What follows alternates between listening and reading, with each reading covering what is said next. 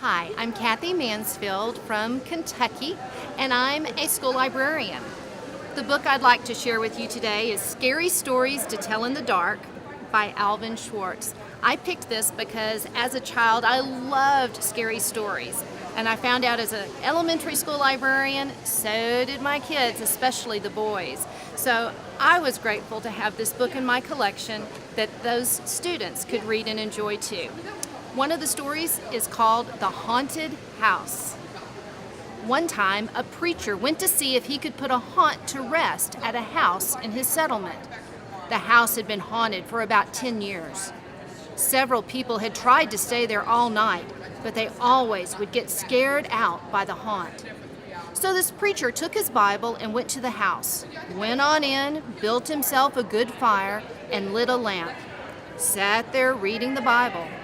Then just before midnight, he heard something start up in the cellar, walking back and forth, back and forth.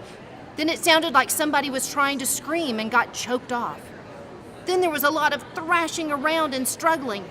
And finally, everything got quiet.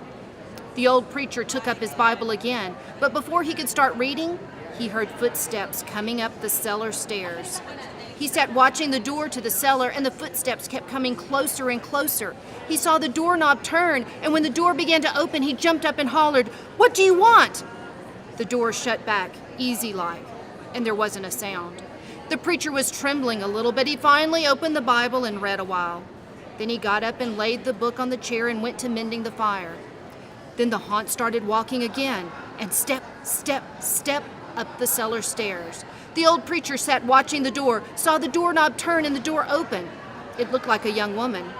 He backed up and said, "Who are you? What do you want?" The haunt sort of swayed like she didn't know what to do. Then she just faded out. The old preacher waited, and when he didn't hear any more noises, he went over and shut the door. He was sweating and trembling all over, but he was a brave man, and he thought he'd be able to see it through. So he turned his chair to where he could watch, and he sat down and waited. It wasn't long before he heard the haunt start up again. Slowly, step, step, step, step, closer and closer, step, step, and it was right at the door. The preacher stood up and held his Bible out before him. Then the knob slowly turned and the door opened wide. This time the preacher spoke quiet-like. He said, "In the name of the Father, the Son, and the Holy Ghost, who are you and what do you want?" The haunt came right across the room, straight to him, and took hold of his coat. It was a young woman about 20 years old. Her hair was torn and tangled, and the flesh was dropping off her face so he could see the bones and part of her teeth. She had no eyeballs, but there was a sort of blue light way back in her eye sockets, and she had no nose to her face. Then she started talking. It sounded like her voice was coming and going with the wind blowing it. She told how her lover had killed her for her money and buried her in the cellar. She said if the preacher would dig up her bones and bury her properly, she could rest. Then she told him to take the end joint of the little finger from her left hand and to lay it in the collection plate at the next church meeting, and he'd find out who had murdered her.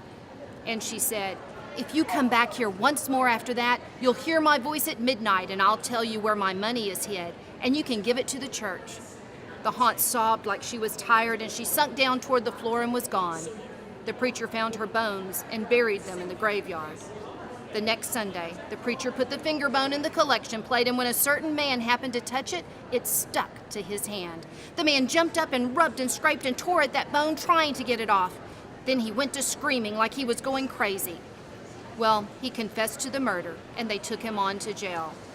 After the man was hung, the preacher went back to that house one midnight, and the haunt's voice told him to dig under the hearthrug. He did, and he found a big sack of money. And where that haunt had held on to his coat, the print of those bony fingers was burned right into the cloth. It never did come out.